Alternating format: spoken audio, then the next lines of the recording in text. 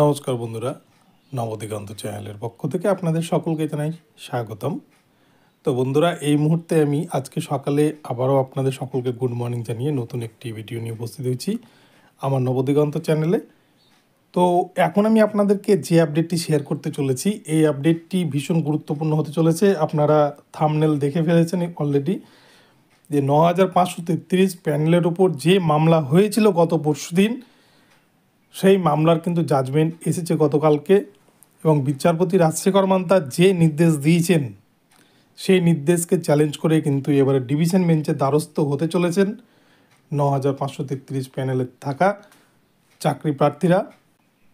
এবং এছাড়াও প্রাথমিক শিক্ষা পর্ষদ এই রায়কে ডিভিশন বেঞ্চে চ্যালেঞ্জ করছে কিনা, এই বিষয় নিয়ে কিন্তু এখন আমি আপনাদের সাথে এই ভিডিওটি শুরু করতে চলেছি। এবং এছাড়াও কিন্তু আরও একটি গুরুতর অভিযোগ রয়েছে যে যারা এই ডিএলএড ট্রেনিং আপডেট নিয়ে মামলা করেছিল তারা নাকি সকলেই 2017 ক্যান্ডিডেট, এবং তাদের ডিএলএড ট্রেনিং নিয়ে কিন্তু একটি সমস্যা রয়েছে। তো চলুন আমরা এই ভিডিওর মাধ্যমে সম্পূর্ণ বিষয়টা বিস্তারিতভাবে প্রথম থেকে শেষ পর্যন্ত জেনে নিই। তবে তার আগে বলে রেখি, যারা প্রথমবার আমার চ্যানেলে এসেছেন আপনারা কিন্তু অবশ্যই আমার চ্যানেলটিকে সাবস্ক্রাইব করে অল নোটিফিকেশান অন করে রাখবেন, কেননা এই ধরনের আপডেট আপনারা কিন্তু সবার আগে সবার প্রথমে নবদিগন্ত চ্যানেল থেকেই পেয়ে যাবেন। তো চলুন বন্ধুরা, আমরা এবারে আজকের এই আপডেটটি বিস্তারিতভাবে জেনে নিই। তো বন্ধুরা, ইতিমধ্যেই কিন্তু আপনারা সকলেই জেনে গিয়েছেন যে গতকালকে বিচারপতি রাজাশেখর মান্থা যে 11 জন ক্যান্ডিডেট এই ৯,৫৩৩ প্যানেলের ওপর কেস করেছিলেন, যাদের ট্রেনিং ছিল বিএড, তারা ডিএলএড ট্রেনিং আপডেট করতে চেয়ে যে মামলা করেছিলেন, তাদের মামলায় কিন্তু সম্মতি জানিয়েছে কলকাতা হাইকোর্টের বিচারপতি রাজাশেখর মান্থা। এবং ট্রেনিং আপডেট করানোর পর যদি তারা র্যাঙ্কে আসতে পারে তাহলে কিন্তু তারা সেই র্যাঙ্ক অনুযায়ী জায়গা পাবে মেরিট লিস্টে, এবং সেখান থেকে 11 জন ক্যান্ডিডেট কিন্তু বাদ চাইতে পারে। এমনটা আশঙ্কা করেই কিন্তু এবারে কলকাতা হাইকোর্টের ডিভিশন বেঞ্চে দ্বারস্থ হতে চলেছেন এই ৯,৫৩৩ প্যানেলে থাকা চাকরি প্রার্থীরা। কেননা আপনারা যদি ভাবেন একটু বিষয়টা গভীরভাবে, এই যে 11 জনকে ট্রেনিং আপডেট করতে দেওয়ার সুযোগ দিল কলকাতা হাইকোর্ট, এই ট্রেনিং আপডেট করার ফলে যদি তারা মেধা তালিকায় চলে আসে কোনো প্রকারে, তাহলে কিন্তু তাদের সিট বাড়াবে না প্রাথমিক শিক্ষা পর্ষদ কোনো প্রকারেই। আপনারা ভালো করে জেনে থাকবেন, প্রাথমিক শিক্ষা পর্ষদ কিন্তু নিয়োগ করবে 8,951টা সিটেই, অর্থাৎ যে সিটকে তারা নিয়োগের জন্য রেখেছে সেটা হচ্ছে 8,951 সিট। এবং এখানেই কিন্তু অনেকে ভুল করছে এবং অনেকেই উল্টোপাল্টা কমেন্ট করছেন। ভালো করে জেনে রাখুন, 582টা সিট কিন্তু রাখা হয়েছে ওয়েটিং লিস্ট ক্যান্ডিডেটদের, এবং 8,951 সিট কিন্তু রাখা হয়েছে ক্যান্ডিডেটদেরকে নিয়োগ করার জন্য।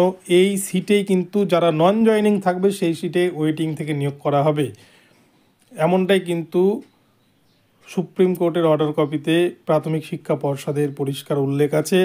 এবং এছাড়াও আরও একটি বিষয় আপনাদের বলি, মেধা তালিকায় যদি এই 11 জন ক্যান্ডিডেট ট্রেনিং আপডেট করে তারা যদি চলে আসতে পারে, তাহলে সেখান থেকে কিন্তু 11 জন ক্যান্ডিডেট লাস্টের দিকে যাদের র্যাঙ্ক থাকবে তারা কিন্তু বাদ চলে যাওয়ার প্রবল সম্ভাবনা রয়েছে।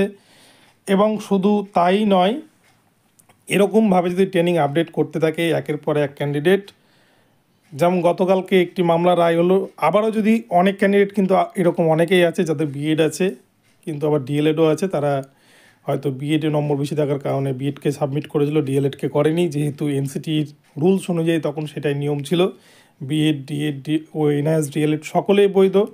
তাই অনেকেই কিন্তু সেখানে বিএড ট্রেনিংকে সাবমিট করেছিল বা এনআইএসকে সাবমিট করেছিল, যার জন্য তারা এই মেধা তালিকা থেকে বঞ্চিত হতে চলেছে বা বাদ পড়ে গেছে। তাই তারা কিন্তু যদি আবারও কলকাতা হাইকোর্টে এই নিয়ে নতুন করে মামলা দায়ের করে, তার ফলে কিন্তু তারাও ট্রেনিং আপডেটের সুযোগ পাবে। আর এইভাবে চলতে থাকলে কিন্তু প্যানেলে যারা বর্তমানে অন্তর্ভুক্ত হয়ে আছে তারা কিন্তু প্যানেল থেকে হয়তো অনেকেই, যাদের লাস্টের দিকে কাট অফ থাকবে, তারা বাদ পড়ে যেতে পারে।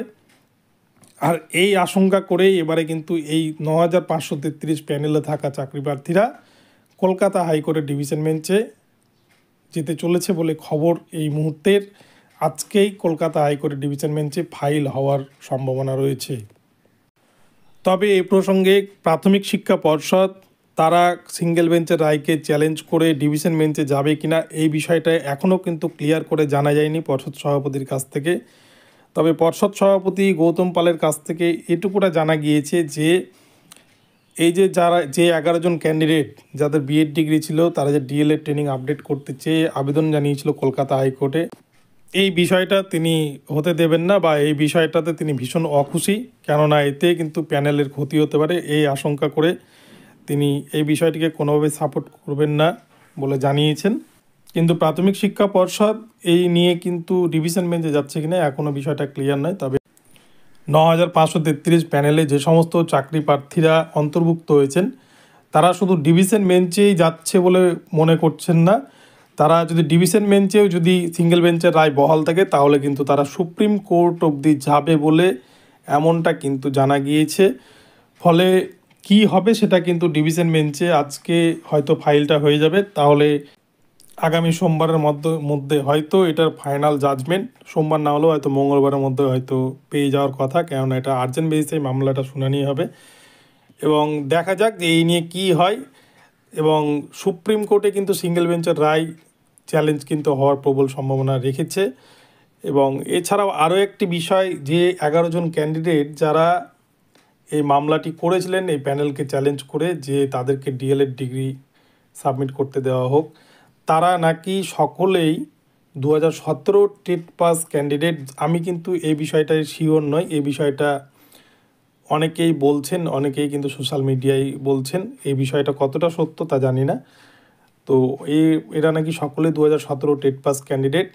আপনারা জানেন 2017 টেট পাস ক্যান্ডিডেটে যারা কিন্তু ডিএলএডে ভর্তি হয়েছিলেন অথবা যারা ডিএলএড ডিগ্রি কমপ্লিট করেছিলেন বা যারা ডিএলএডে অ্যাপিয়ার ছিলেন তারাই কিন্তু 2017 টেটে বসতে পেরেছিল, এছাড়া অন্য কেউ বসতে পারেনি। আর এখন শোনা যাচ্ছে এই সমস্ত ক্যান্ডিডেটদের কিন্তু এই 11 জন ক্যান্ডিডেটের অনেকেই কিন্তু 2017 থেকে 2019-এর মধ্যে ডিএলএড ছিল না, তাদের ডিএলএড ছিল 2019 থেকে 2021-এর মধ্যে, যেটা কিন্তু নিয়ম বিরুদ্ধ হবে। যদি বিষয়টা সত্যি হয় তাহলে হয়তো এই মামলা কিন্তু খারিজ হয়ে যাওয়ার সম্ভাবনা থাকবে। তো বিষয়টা কতটা সত্য জানি না। তো দেখা যাক, আজকে এই ফাইলটা ডিভিশন বেঞ্চে গেলেই অনেক কিছুই হয়তো বিষয়টা পরিষ্কার হয়ে আসবে আমাদের কাছে, যে কোন কোন বিষয়ের উপরে ফাইল সাবমিট হচ্ছে বা মামলা করছে মামলাকারীরা, তাহলে কিন্তু সমস্ত কিছু দুধ কা দুধ পানি কা পানি হয়ে যাবে। তো বন্ধুরা, যাই হোক, এখন এই পর্যন্ত রইল আপনাদের জন্য আপডেট। তো আপনাদের ভিডিওটি ভালো লাগলে আপনারা অবশ্যই চ্যানেলটিকে সাবস্ক্রাইব করে অল নোটিফিকেশন অন করে রাখবেন এবং এই ধরনের আপডেট প্রতিনিয়ত পাওয়ার জন্য কিন্তু আপনারা অবশ্যই আমার চ্যানেলটিকে ফলো করতে থাকবেন। আর এর পরবর্তীতে কিন্তু আরও বিভিন্ন আপডেট নিয়ে আসছি। ধন্যবাদ। চ্যানেলে নজর রাখতে থাকুন প্রতিনিয়ত নতুন নতুন আপডেট পাওয়ার জন্য।